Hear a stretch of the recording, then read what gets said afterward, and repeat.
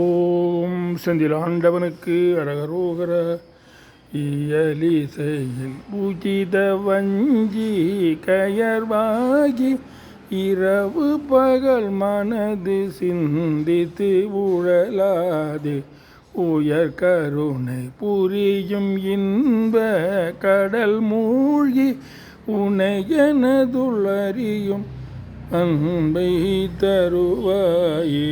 மயில் தகர்கள் இடையறந்த தினை காவல் பனஜ குரமகளை வந்தித்து அணைவோனே. கையிலை மலை அணைய செந்தீர் பதிவாழ்வே கரிமுகவனிடைய கந்த பெருமாளே.